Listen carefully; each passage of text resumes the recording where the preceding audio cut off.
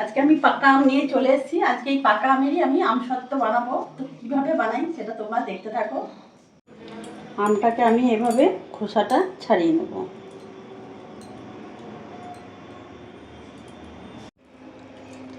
এইভাবে চটকে পুরো আমের শাঁসটা এইভাবে বার করে নেব। দেখতে পাচ্ছ কতটা বেরিয়েছে। ভালো করে হাতে আমি চটকে নিয়েছিলাম। তারপরে এইভাবে একটা গ্রেটারের সাহায্যে আমি এইভাবে করে নেব।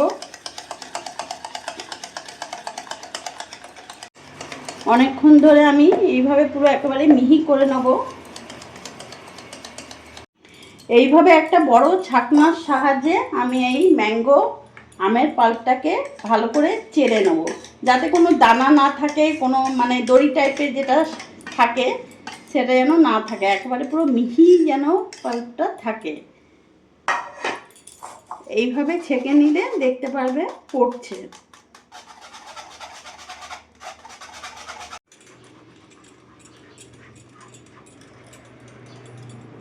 এইভাবে পুরো পাল্পটা আমি বার করে নিলাম। কড়াই বসিয়ে নিয়েছি। এবার এই আমের যে পাল্পটা এটা পুরোটা দিয়ে দেবো।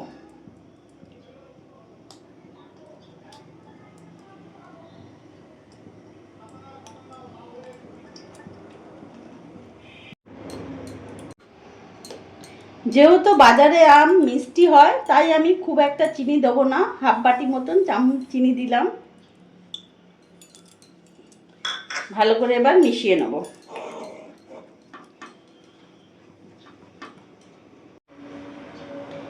এইভাবে ভালো করে নাড়াচাড়া দিয়ে আমি কিছুক্ষণ ফুটিয়ে নেব।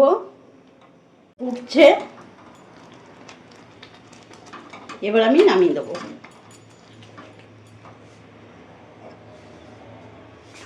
এরকম একটা থালা নিয়েছি, থালার মধ্যে পুরোটা ঢেলে দেবো।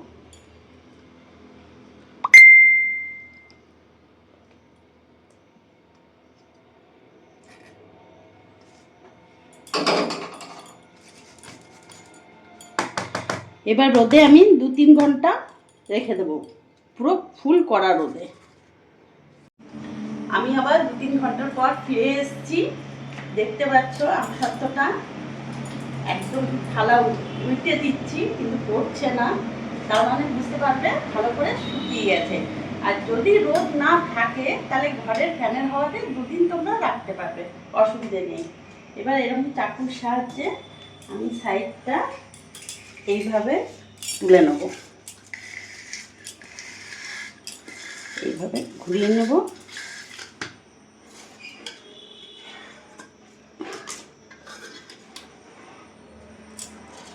দেখো আমসত্ত্বটা কিরকম উঠেছে, দেখো দেখতে পাচ্ছ। এবার এটাকে পিস পিস করে কাটবো।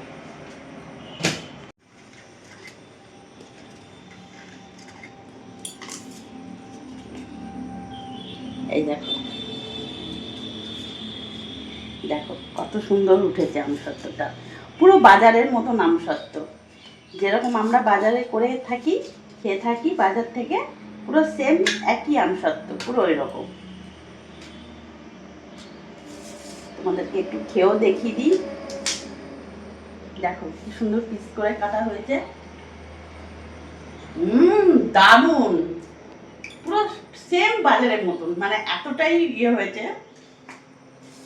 তো আমি এরকম করে পিস পিস করে রেখে অনেক দিন ঘরে রাখতেও পারবে। দেখো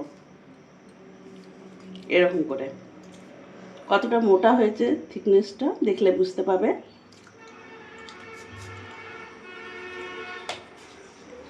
তো বন্ধুরা, এইভাবে তোমরা আমসত্ত্ব বাড়িতে বানিয়ে ফেলতে পারবে খুব সহজভাবে। এখন তো আম বাজারে পাকা আম অ্যাভেলেবেল, মানে বলার নেই, এতটাই পাকা আম। 4টে আম হলে 1 থালা, এরকম 2 থালা 1 থালা আরামসে হয়ে যাবে। তো দেরি না করে আমার এই ভিডিওটা দেখে অবশ্যই করে ফেলো। আর আমার এই ভিডিওটা যদি তোমাদের ভালো লাগে প্লিজ তোমরা লাইক করো, কমেন্ট করো, শেয়ার করবে। আর কমেন্ট করতে ভুলো না, তাহলে কমেন্ট করলে আমারও খুব ভালো লাগে যে তোমরা ভিডিও দেখছো, কমেন্ট করছো। আর একটাই কথা বলবো, তোমরা সবসময় ভালো থাকবে।